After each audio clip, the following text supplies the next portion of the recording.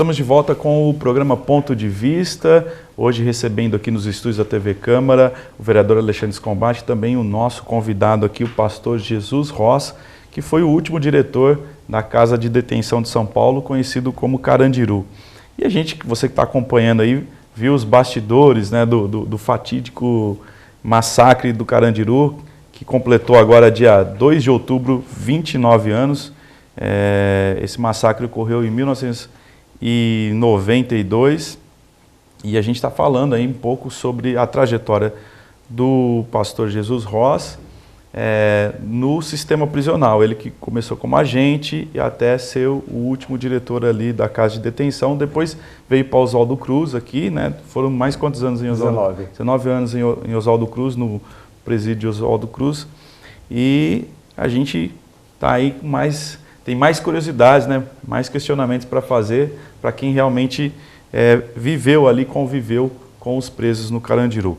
A gente encerrou o primeiro bloco falando do Drauzio, da sua convivência. Você teve o privilégio de ler o boneco, né, do livro antes dele ser lançado, mas a gente sabe que o sucesso foi tão grande, né, desse livro que eu acredito que motivou também o Héctor Babenco, que é um cineasta argentino, se não me falha a memória, que já falecido, que autor de Pichote também, né, que tinha essa linha de trabalhar com filmes aí mostrando a marginalidade, né, pessoas à margem da sociedade. Ele se interessou e em 2003 foi lançado o filme Carandiru, com o Rodrigo Santoro, né, um grande elenco aí. Também como é que foi sua participação?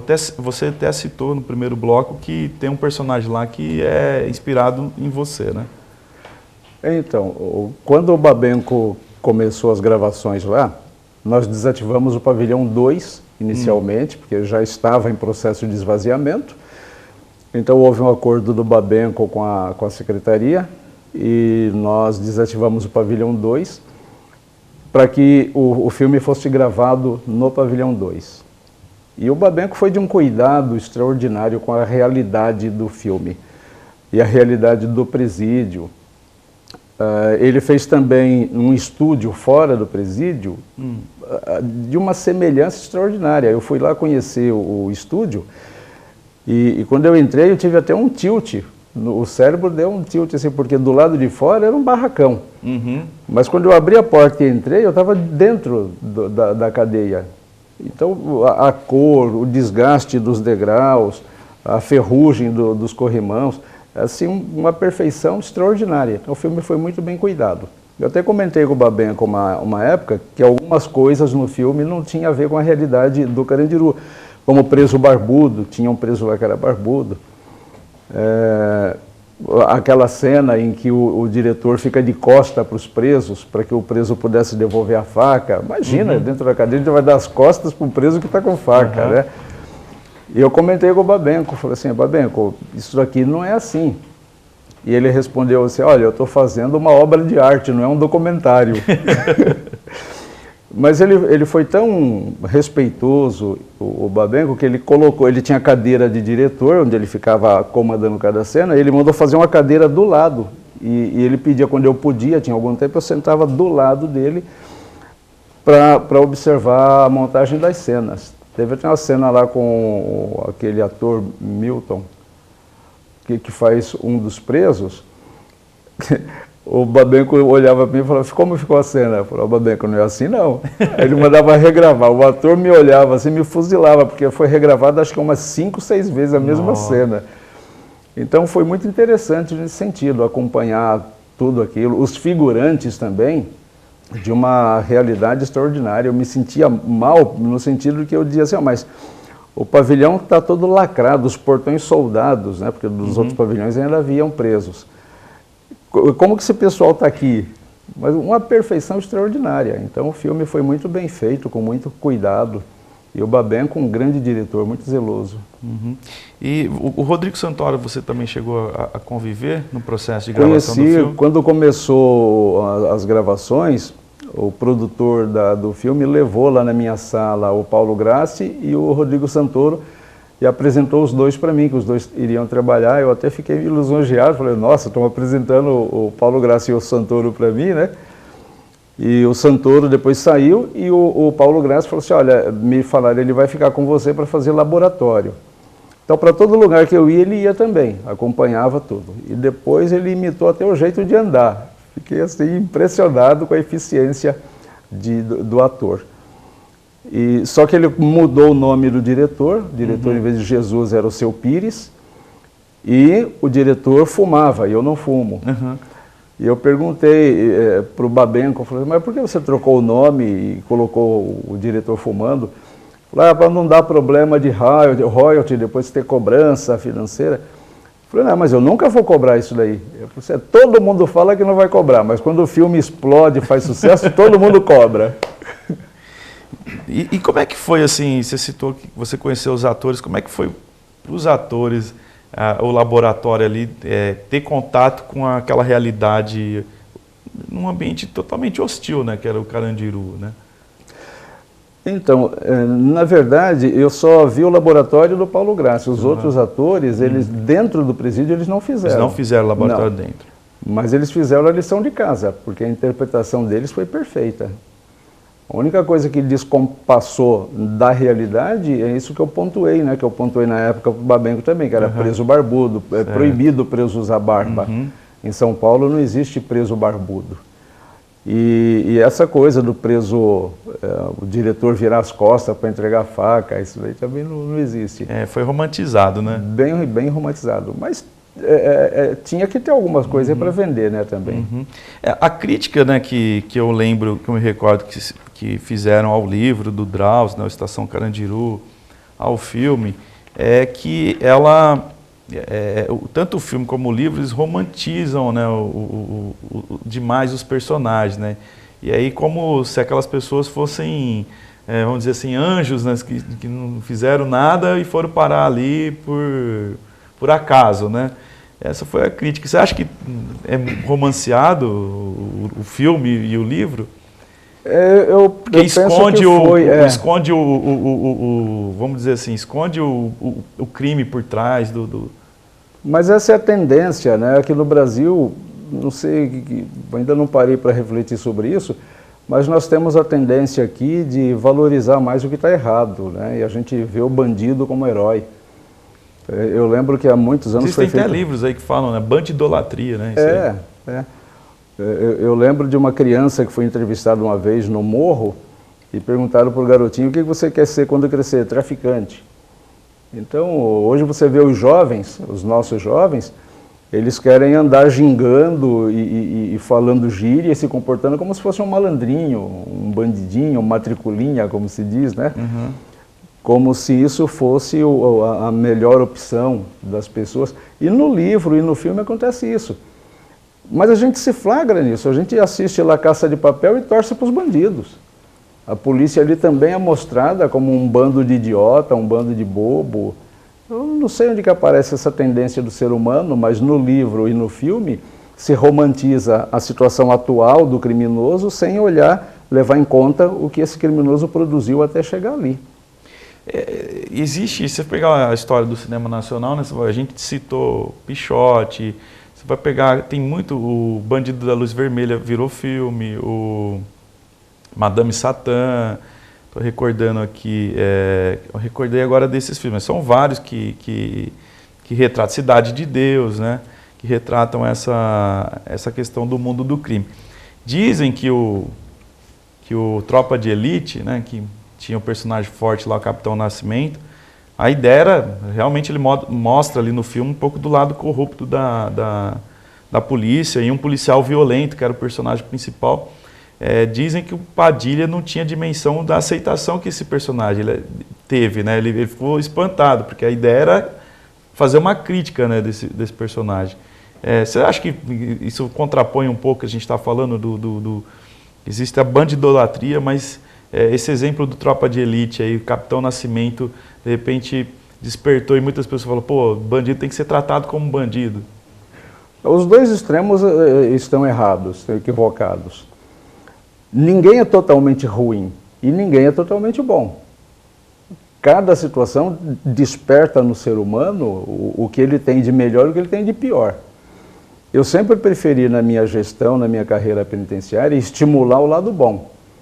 E eu presenciei cenas maravilhosas com pessoas muito ruins.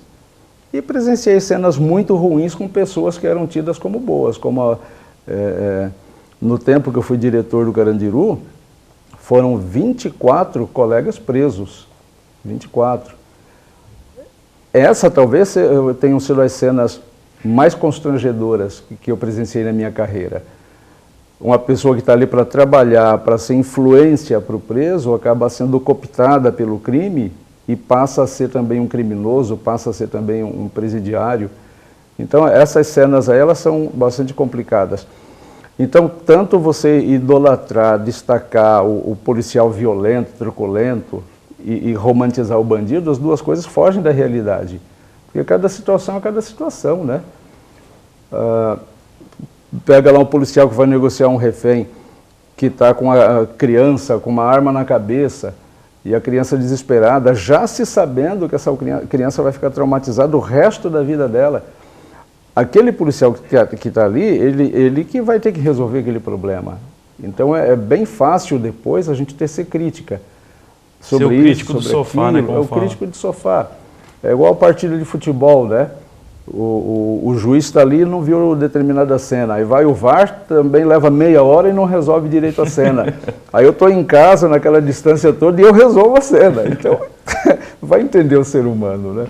Alexandre, tem mais alguma pergunta? Eu ia perguntar, pastor, aliás, eu fazer duas perguntas, que o tempo é curto, né? E está acabando. Mas o senhor, quando assumiu a direção geral, teve aquela mega rebelião, né? E como é que ela foi? E o senhor já chegou a ser refém alguma vez? Alexandre, eu fui refém em 4 rebeliões. Fui refém em 4 rebeliões. Uma delas, inclusive, foi no dia do meu aniversário. Fui tomado como refém. É uma situação muito complicada, muito complicada. Muitos colegas que são tomados como refém, eles não conseguem trabalhar depois. Eles ficam sob tratamento, abalados psicologicamente, psiquiatricamente, não conseguem ter uma vida normal depois. Eu pensava sempre, nas vezes que eu fiquei como refém, que se eu saísse do presídio, esperasse o sangue esfriar para refletir sobre tudo, também não voltaria. Então, todas as vezes que eu fiquei como refém, assim que eu era liberado, eu já voltava para o trabalho. Não saía nem do presídio, que era para não ter esse ato para pensar. Porque é complicado, Alexandre. O trabalho prisional é muito complicado. Você está preso praticamente com o criminoso. Hoje a Secretaria tomou o cuidado de automatizar as prisões, então a gente tem bem menor contato físico. Mas naquela época não, e até há pouco tempo não, a gente ficava lá dentro, os presos, no meio dos presos andando para lá e para cá, e a gente ali no meio dos caras. Então, o psicológico era muito abalado, o psicológico dos profissionais. Muitos colegas saíam de lá e levavam o peso do seu trabalho para casa.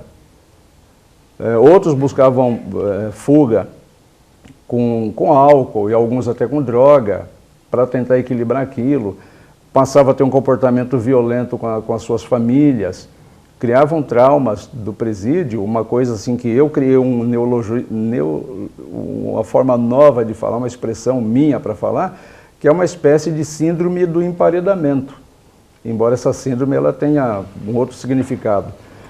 Mas em vez desse profissional ser exemplo, modelo, orientação para o presidiário passa a ser para ele. Então esse é um calcanhar de Aquiles do sistema prisional como um todo. Não tem um trabalho de equilíbrio para buscar um equilíbrio emocional, profissional, para esse funcionário que é jogado lá no meio dos presos e literalmente deixado lá. Então, se o preso está condenado a 10 anos, esse profissional vai ficar pelo menos 1/3 da pena, vai cumprir junto com aquele preso.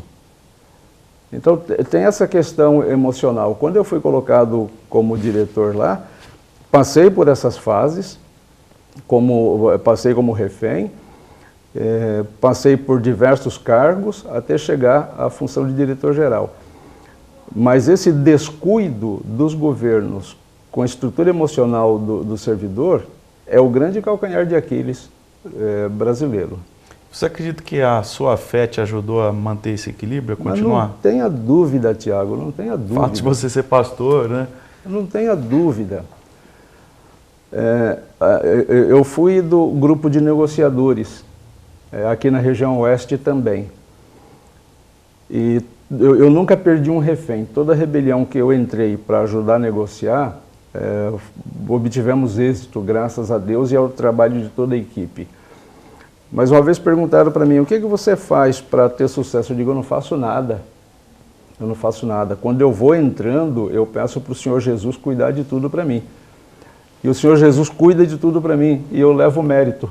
Olha que beleza. Seu nome de Jesus. Então, o meu xará resolve tudo. Teve uma negociação que eu fui ajudar. Já tinha ido lá o primeiro grupo de negociadores, o segundo grupo de negociadores, eu era o terceiro grupo antes de invasão. E quando eu cheguei na grade para conversar com os presos, um dos presos ficou me olhando assim e reconheceu. Só que eu estava de cavanhaque, né, um cavanhaque mais... Aí ele olhou, ô Senhor Jesus? Eu falei, sou eu. Pelo amor de Deus, por que não mandaram o senhor antes? O que o senhor está fazendo aqui? Eu falei, eu vim colocar a barba de molho, porque vocês dão muita dor de cabeça. O que o senhor quer que faça? Eu falei, o que eu quero que faça? Quero que vocês soltem os reféns. E eu tomei um choque aquele dia, porque tinha logo atrás os presos, os reféns sentados numa cadeira, com os colchões na frente, e quando ele começou a tirar os colchões para soltar os reféns, tinham botijões de gás perto dos reféns. Ou seja, se houvesse uma invasão e tiro ou alguma coisa, ele poderia explodir aquilo. Nossa. Então olha a atenção, Alexandre, que é trabalhar com presídio. Aí fica essa coisa que você falou, né? O pessoal de casa, o pessoal no conforto do sofá, não entende e nem tem que entender, sabe, Tiago? Uhum. Nem tem que entender. Se é eu que trabalho em presídio, o problema é meu, eu fiz concurso, eu quis entrar lá. Também não adianta eu ficar querendo e esperando muito o carinho da sociedade. Porque... E o preso também, ele já entra ali, ele já enxerga o governo como inimigo, funcionário como inimigo. É muita pressão, né? O que é normal também, é um comportamento normal, porque você veja, o cara está encarcerado, ele não pode sair. O único contato que ele tem com o mundo exterior é o profissional que está ali com ele. Ele olha a sociedade e as autoridades que o condenaram como inimigos. Porque o criminoso, ele nunca está errado. O presídio está lotado de gente inocente. E o criminoso, uma característica do criminoso é ele ser egoísta. Porque se ele não fosse egoísta, ele não seria criminoso. Se ele pensasse um pouquinho no outro, ele não cometia crime. Então todo mundo está errado, ele está certo. Então ele se vê injustiçado pela polícia que prendeu, pelo promotor que acusou, pelo juiz que condenou. E essa revolta dele contra o poder que mantém ele preso ali, aparece ali na figura do agente que trabalha com ele. Então a raiva dele, a frustração dele, ele projeta para esse profissional. Consequentemente, este profissional, que é colocado lá 2 para tomar conta de 500 presos, esse profissional acaba sendo influenciado por toda essa massa, que é o que eu vou chamar aí de síndrome do emparedamento, e ele começa a repetir a mesma cosmovisão do preso. Ele começa a olhar o Estado como inimigo, o chefe dele como inimigo dele.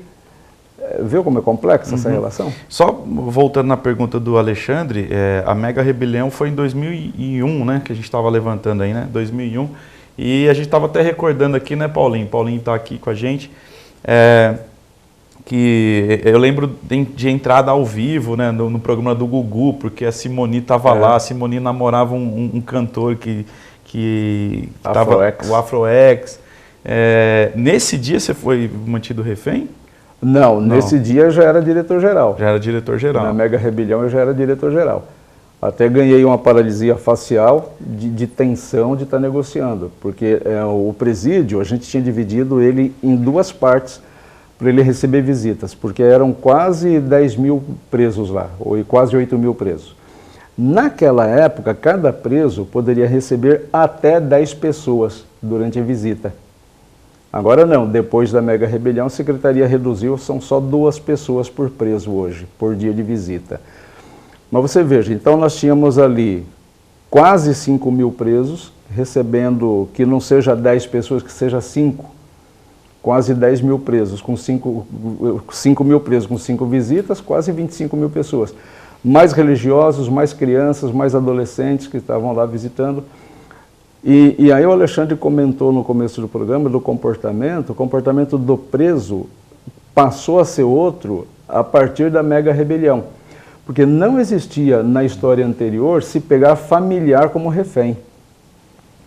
Esse fenômeno só passou a acontecer a partir da mega rebelião.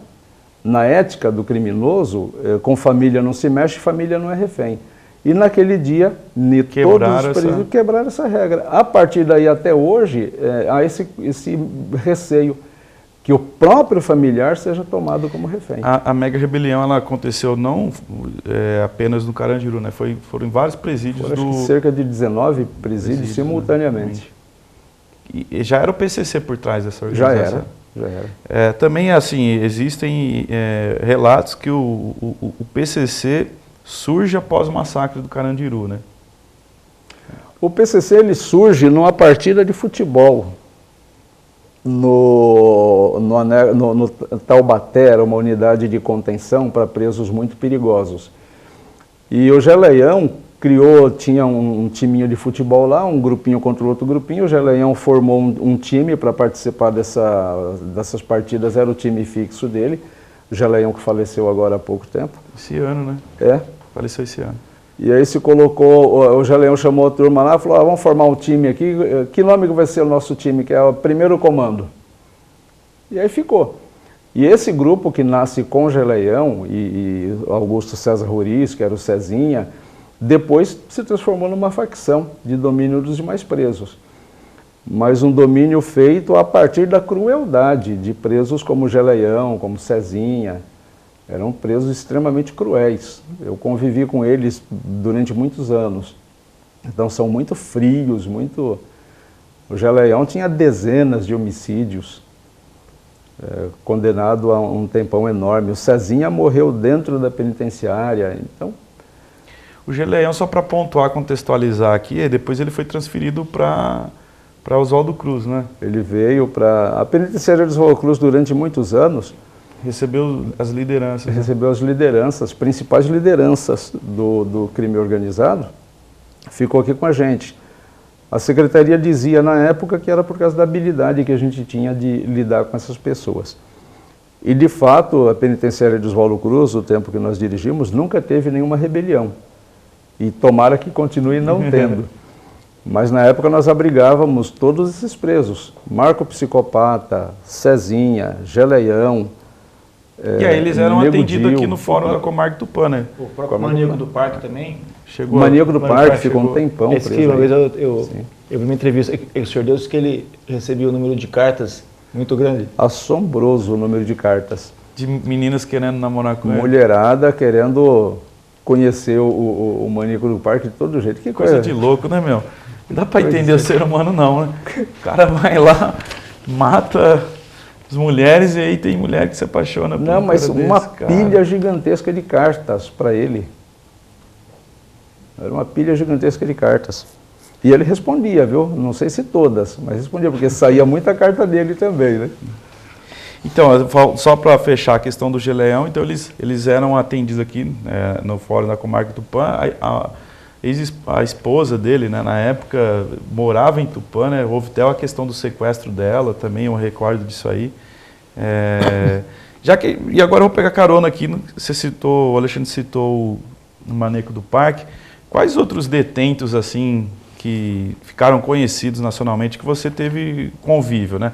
Pedrinho Matador é um exemplo. Pedrinho Matador, o Geleião, o Marcola, quando ele ainda não era Marcola, o Vinícius Capeta, Marco Psicopata.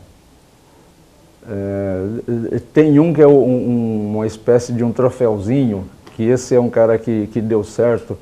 Na época dele, ele era tipo um Marcola, que é o Celso Bueno de Godoy. O Celso, ele saiu, se recuperou, mas foi um monstrinho. Pensa num monstrinho com letra com M maiúsculo, né? O que mostra que é possível recuperar uma parte dessas pessoas, né? É possível. Dos nomes da velha guarda, eu tive contato com praticamente todos eles. Pastor, até pegando esse gancho aí de recuperação, né? O senhor tem algum contato com algum ex-presidiário, assim, que é contato hoje, até hoje, de às vezes de conversar, ou nesse sentido? O que eu tenho mais contato é este rapaz, o Celso, porque eu acompanhei bem mais de perto, bem de perto mesmo, né, a recuperação dele. Depois que ele saiu a história dele, o livrinho da biografia dele deve estar na 11ª edição. O contato com ele. Contato com outros também, e vários outros mantêm contato comigo, né? Não dá tempo de responder todos, mas vários mantêm contato. E é possível, Alexandre, recuperar. Sim. Eu acredito que da massa carcerária, 10% não tem jeito mesmo. Vai para o mármore do inferno, não tem jeito. Os outros 90% dá, cara. Dá para recuperar. A questão é a quantidade. E a gente precisa ser realista também com relação, porque nós aqui fora da sociedade, nós atribuímos ao presídio a obrigação de recuperar. É isso que eu ia perguntar, né? A gente tem muita visão de que o presídio é para recuperar, mas existe a questão que a prisão é uma punição para servir de exemplo para você não cometer o mesmo erro, né? Então, só que assim, vamos ser realistas, olha só, a média de idade do nosso preso hoje é de 20 a 22 anos. A maior parte da nossa população carcerária é de jovens. Esse cara cresceu, a rua onde ele morava falhou com ele, a escola onde ele estudou falhou com ele, a igreja que ele frequentou falhou com ele durante 20 anos. Aí ele vai para o presídio por uma pena que em média é de 3 a 4 anos, e a sociedade quer que o presídio em 4 anos recupere esse cara que a sociedade não deu conta dele em 20 anos. E depois tem um agravante que se acrescenta a isso. No Brasil não existe prisão perpétua. Um dia esse cara sai da cadeia. E aí foi até uma entrevista que eu dei uma vez na Record, que a moça falou assim, mas a recuperação do preso... Eu falei, olha, quando o preso sai, qual o espaço que ele tem no mundo exterior? Quem que contrataria para trabalhar numa agência bancária um cara que foi condenado por assalto? Quem contrataria para trabalhar de babá uma mulher que foi condenada por sequestro de criança? Quem colocaria para ser motorista do seu filho um cara que foi condenado por tráfico? Então a gente não pode ser muito hipócrita. Eu não sei se eu daria emprego para trabalhar na minha casa um cara que foi condenado por assalto, roubo ou sequestro. Você viu como é complexo? Então parece que falta essa ponte entre o mundo interno, o mundo da prisão, e o mundo externo. Eu fiz uma proposta uma vez, talvez seja até fantasiosa, não sei, mas eu não vejo outra solução. Deveria haver uma cooperativa bancada pelo Estado, uma empresa que produzisse qualquer coisa, sei lá, vamos pegar um exemplo aí, uma indústria de móveis, onde esse preso sai e vai trabalhar nessa empresa, com carteira assinada. Ele trabalha de segunda a quinta-feira. Sexta-feira, ele tem um dia livre para sair e procurar um outro emprego. Só que ele vai procurar um outro emprego com carteira assinada. É diferente. E não saindo da prisão, falou, olha, eu estava na prisão até ontem, você não me dá um emprego hoje? É complexo isso aí. É complexo. Mas você vai cobrar a sociedade? Então, presídio recupera hoje? É ilusão se eu falar que recupera. Não está preparado para recuperar. O senhor é pastor, né? Como é que o senhor vê a atuação das igrejas dentro dos presídios? Entra nessa questão mesmo, ajuda a recuperar? Resvala nessa mesma questão social, da sociedade absorver o egresso, a pessoa que sai do presídio. Mas entra também na falta de capacitação das igrejas em investir na capelania prisional. Porque tem que ter um preparo bem diferenciado, um treinamento bem diferenciado, porque o preso ele é manipulador, ele é egoísta, ele vai tentar obter vantagem pessoal com esse capelão ou capelã que for lá, isso vai acontecer. Então, talvez pelo medo ou pelo excesso de treinamento que tem que ter, as igrejas acham complicado, falam, deixa para lá, tal. É igual o Betel aqui da nossa igreja em Tupã, que cuida com menores com problema com a lei. Você vai pedir ajuda, se é para ajudar uma casa de mãe solteira, todo mundo ajuda. Você vai pedir ajuda, olha, ajuda aí a gente Ah, que atividade que foi lá? Menor infrator. O pessoal xinga a gente, corre com a gente de lá. Então, as igrejas não se envolvem. Não se envolvem. E alguma igreja que se envolve com segundas intenções. Ou é para mostrar lá na televisão que se envolveu e aí pedir mais dinheiro para os que estão soltos, para a igreja que está livre, ou é para mostrar e justificar também pastorais equivocadas aí, né, de uma super proteção romântica para a pessoa do preso sem chamá-lo à responsabilidade. Mas as igrejas estão devendo, sim. As igrejas devem uma atenção maior. Não só para a população carcerária, mas para quem trabalha em presídio também. Pastor, eu só vou voltar numa pergunta aqui que a gente falou no horário de intervalo. Eu acho interessante para quem está nos assistindo também conhecer essa história, né? Voltando à questão do massacre, lá 111 mortos, e aí há relatos aqui no livro, e o filme também mostra isso, presos que se fingiram de mortos ali para poder escapar, né? E a gente sabe que o que tornou o caso chocante foi uma foto publicada, agora eu não me recordo se foi por um repórter da Folha ou do Estado de São Paulo, que conseguiu no ML fazer uma foto ali escondida sobre uma foto relacionada aos cadáveres ali, né? Sim. Eles todos naqueles não sei se pode chamar de caixão, não era caixão, tipo umas gamelas, né? Umas gamelas ali, muitos já com o peito costurado, tal.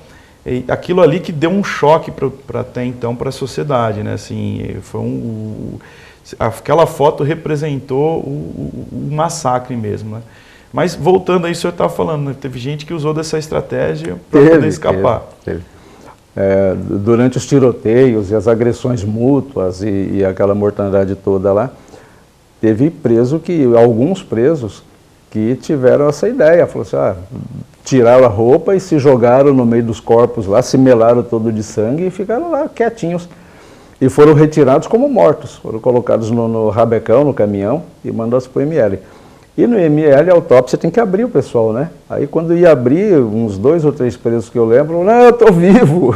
Aí foram pegos e levados de volta para o presídio. Mas olha o que o cara teve que fazer para sobreviver, né? Realmente, como a gente fala, né? Foi um caso emblemático.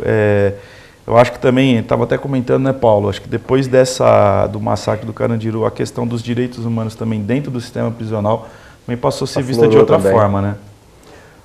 Aflorou. A própria lei de execução penal também fala que é obrigação, né, dar trabalho para o preso, até para reduzir a pena também, né? Então, essa é uma das portas, Alexandre, é um dos pilares. Sim. Eu penso que a recuperação do preso é uma realidade que deve ser sustentada por 3 pernas, por 3 colunas: o trabalho, a escola e a religião.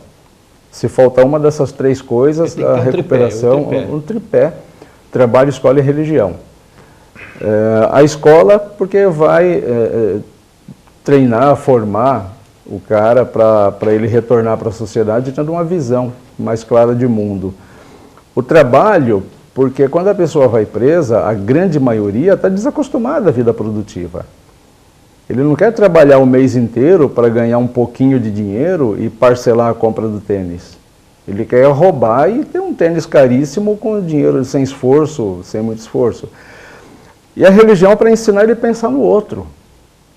Para ele ser ensinado que as consequências dele, a consequência dos atos dele, começa não só aqui, mas pula daqui para a eternidade. Não é essa história de... O universo é retributivo, a vida é retributiva. O que eu faço, eu colho, mas eu não colho só aqui. Então, se eu tenho uma vida muito ruim, semeando sementes ruins, é claro que eu só vou colher espinho, coisa ruim. Mas não para aqui, pula para a eternidade. Depois dessa vida, a vida continua. Ou a morte continua, mas continua de uma forma eterna. Então tem que mostrar isso para o preso, para ele aprender a respeitar o outro e ele saber que existe um ser superior, que nós vamos chamar de Deus, que vai cobrar isso dele. E ele não é ensinado disso. Então, tem penitenciárias que se esforçam para não dar trabalho para o preso. Porque se dá trabalho por preso, tem que, demanda mais cuidado, mais vigilância, mais segurança, o pessoal quer menos complicação, fala, deixa sem trabalhar. Só que o cara, ele tem que ter o relógio biológico dele reajustado. Essa molecada delinquente aí, quando eles vão dormir, a gente está acordando para ir trabalhar. E quando a gente vai se recolher, a gente vai dormir, eles estão acordando para ir roubar. Então eles usam a noite e a madrugada para aprontar, enquanto a gente está descansando. E quando a gente vai trabalhar, eles estão dormindo até 2, 3 da tarde. Olha que vida mais... Então o presídio teria que ensinar a regular o relógio biológico desses presos. A penitenciária que eu trabalhei, a gente sempre fez questão de que o preso trabalhasse. Ele vai acordar de manhã, vai tomar um banho frio para tirar a canseira do corpo, vai trabalhar o dia todo, no final do dia ele volta para a casa dele, que é a cela dele, e no final de semana ele vai arrumar a cela dele, que é a casa dele, para receber a família. Aí você começa a reajustar o relógio biológico, o relógio emocional do cara. Senão não recupera, Tiago. Vai ficar enxugando fumaça, enxugando gelo, soprando fumaça.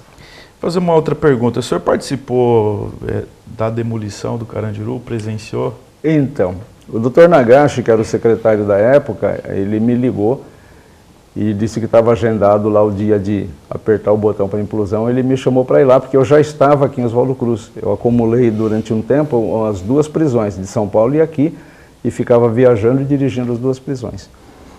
Mas eu pedi para ele permissão para não ir no dia de apertar o botão. Eu participei da desativação, o esvaziamento do presídio. Mas como eu te falei agora há pouco, as emoções que a gente tinha ali eram muito intensas, né? E a gente criou uma certa afetividade com aquele local de trabalho. E eu não tinha condição emocional de ir lá, apertar o botão e botar tudo aquilo abaixo. Embora conscientemente eu soubesse que é o que tinha que ser feito. Porque era um lugar de muito sofrimento. Eu tenho uma história, uma visão meio mística da minha ida para a detenção, mas aí é um assunto para outro momento, né?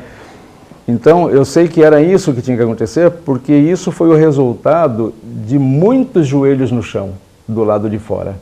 E alguns do lado de dentro também. Pessoas que pediam para que aquele lugar de sofrimento deixasse de existir. E da mesma forma que aconteceu com a libertação do povo do Egito, muita gente que pediu a Deus não viu. Mas a oração ficou lá, no universo, pairando. O momento ela ia ser atendida. Como a desativação do Carandiru, o momento foi atendido também. Mas eu quis me resguardar de não ter essa lembrança, né? Eu achei que por mais que eu me esforcei, por mais que meus amigos, meus colegas se esforçaram, eu acho que a gente poderia ter ido um pouco mais. Embora humanamente tudo indicasse que era uma prisão inadministrável. São 7 mil presos. É quase que tem cidades aqui no nosso entorno que não tem essa... Não tem isso. Com a diferença de que nas cidades é que as pessoas podem ir para lá e para cá sem nenhum problema. E lá não, tinha que ficar tudo confinadinho, né? Mas aí já era inviável para o governo, né? Até ela precisaria de uma reforma, modernizá-la também. A própria sociedade também, no entorno dela também, já não queria mais também, né? Então, quando o presídio foi construído lá, não tinha a cidade em volta, mas a cidade foi crescendo e abraçou o presídio. Aqui é um dado no livro, ele foi construído na década de 20, né? Isso. Então, aquela avenida que passa do lado, super movimentada, Saquinache, a gente só descobriu que aquilo foi um rio canalizado quando teve a fuga dos 106 presos. 106 presos fugiram por ali. Não sei como, porque nem a Sabesp sabia que tinha esse rio canalizado por lá. E os presos conseguiram um mapa daquilo. Nossa. E aí cavaram de dentro do rio para dentro do presídio, pela muralha, cavucaram um buraco no pezinho da muralha. Até o pessoal da PM, que fazia a segurança da muralha, dizia pra gente, a gente achava até que era fantasma, né? Porque chegava à noite, com mais silêncio, aparecia o barulho de marteladas na muralha. Bem, bem, bem, você olhava, você não tinha nada. A polícia olhava de cima para baixo, não tinha nada. E de fato não tinha nada visível. Estava debaixo daquele rio. Então a cidade foi crescendo, abraçou o presídio e de fato se tornou inviável depois. E o ponto estratégico bem debaixo do lado da muralha. Da muralha, né? Porque a muralha, ela tinha 7 metros de altura e mais 7 metros para baixo. Era intransponível. Sim. Aí eles fizeram um buraco de dentro do rio ali, da parede do rio. O rio canalizado, você fica em pé, anda dentro, tem a calçada do lado e o rio no meio. Eles foram cavucando, cavucando. Quando chegou lá em cima, no nível do solo, fizeram um buraquinho pequeno e no dia de visita, isso aparece no filme também, eles montavam mesinhas do lado de fora para receber as visitas. E montaram uma mesinha em cima do pé da muralha, assim em cima, onde estava o buraco. E colocaram o lençol em volta para cobrir. E durante a visita tinha chovido, havia lama ali, então ficou mais fácil para deslizar ainda. Os presos iam lá, ia descendo um por um, e quando a gente foi perceber, já tinha ido 106 embora. Nossa. 106 presos. Recuperamos acho que 17 ou 18 e o resto fugiu. Nossa. Olha, realmente são muitas histórias, isso porque a gente não entrou nem na questão pastoral, Não, né? A gente se dedicou a falar sobre essa questão Mas do... já é um compromisso convidado. um compromisso já que... Para a gente falar um pouco da IPI. Até também, se eu quiser também resumir um pouco do trabalho da igreja também, né? É o trabalho social, é o trabalho junto à comunidade, sendo que a IPI de Tupã praticamente nasceu com Tupã, né? Uma igreja... Tem 79 anos. Isso. 79 Seria importante também, é um breve resumo, mas depois a gente vai fazer um programa sobre a questão pastoral, né? Só para reforçar, o senhor chegou agora esse ano em Tupã, né? Eu assumi efetivamente esse ano, mas ainda estou conhecendo a igreja, porque pegamos isolamento, essa pandemia, né? Sim. Que agora que começou, dá uma oxigenada. Então, eu ainda não conheço todas as pessoas da igreja, algumas mais de perto, outras ainda não. Mas nós estamos aqui na rua, pode falar o endereço? Pode. Na rua Bororós, 816, aqui em Tupã. E temos também, estamos pastoreando também a congregação em Bastos. Então, nós temos aqui a igreja em Tupã, Bororós 816, e a congregação em Bastos. Inclusive, também é hora dos cultos também, pastor. Importante falar. O culto todo domingo às 7 da noite. Um culto, como o Tiago já lembrou, é uma igreja presbiteriana de tradição reformada, centrada na palavra de Deus, exclusivamente na palavra de Deus. E temos às quintas-feiras, às 7h30 da noite, um encontro que nós chamamos de Quinta dos Amigos, baseado lá em João 15,15, quando Jesus fala, já não vos chamarei de servos, mas chamarei de amigos. Então, já que a gente é amigo de Jesus, é reunião dos amigos, ficou Quinta dos Amigos. Aos domingos de manhã às 9 horas temos trabalho já presencial para crianças e adolescentes, retomando as atividades presenciais da igreja.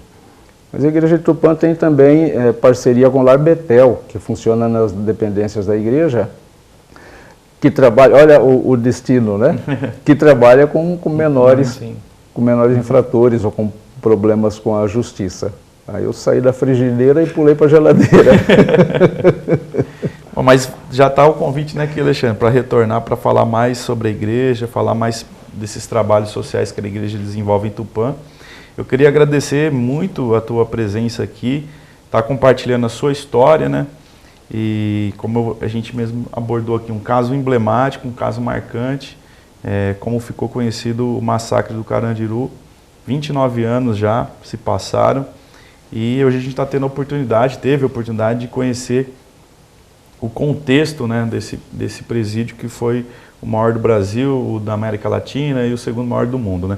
Eu queria passar aqui a palavra para Alexandre e depois o pastor para a gente encerrar. Eu queria primeiro, Tiago, eu até pedi mais tempo para o Tiago hoje, falei, 2h15 não vai dar, né? Então foi um programa aí, bem longo, mas eu tenho certeza que a população de Tupã e da região vai estar acompanhando aí, né? Com certeza, e vai ver aí os relatos, né? E assim, agradecer pelo convite, né? E a Câmara de Tupã e a TV Câmara está aberta, né? A gente vai estar também vendo também outros programas também para falar da igreja, do projeto Betel, né? Trazer também o Silas aqui, alguns presbíteros, para a gente estar usando a TV Câmara para falar justamente do trabalho social de Tupã, né? Então, obrigado pelo convite e estamos à disposição sempre. Tá certo, Alexandre, pastor? Eu agradeço o convite da TV Câmara, do vereador Alexandre, de estar aqui com o Thiago, essa simpatia, a equipe toda aqui, equipe muito bacana, o pessoal muito atencioso também, muito carinhoso, um estúdio muito confortável. Já dei entrevista para outros programas, esse estúdio aqui é bem gostosinho, bem aconchegante. Agradecer aos meus colegas do sistema prisional, agentes penitenciários, diretores, pedir que o governo olhe com um pouco mais de atenção para essa categoria profissional, que é uma categoria que não tem para quem reclamar, não tem voz, não tem nada, então que o governo e a sociedade olhasse com mais atenção para esse profissional e fazer uma homenagem à saudosa memória do Dr. José Ismael Pedrosa, que era diretor na época do massacre, diretor do Carandiru, que depois que se aposentou, depois aposentado, num dia de eleição, foi covardemente assassinado. Então essa é a realidade do sistema prisional, mas quem quer ver o ser humano recuperado, tem que insistir, tem que persistir com muita fé, com muita teimosia. É isso que a gente vai fazer durante todos os dias da vida da gente, com a graça de Deus, com a misericórdia de Deus, fazendo como eu falei agora há pouco, né? Deus vai fazendo tudo e a gente vai levando a fama. Que Deus nos abençoe, abençoe você que pacientemente nos ouviu. Muito obrigado. A gente agradece mais uma vez. Obrigado, pastor. Obrigado, Alexandre. E a gente também agradece você aí de casa, que sempre acompanha a programação da TV Câmara, que é um canal a serviço da população.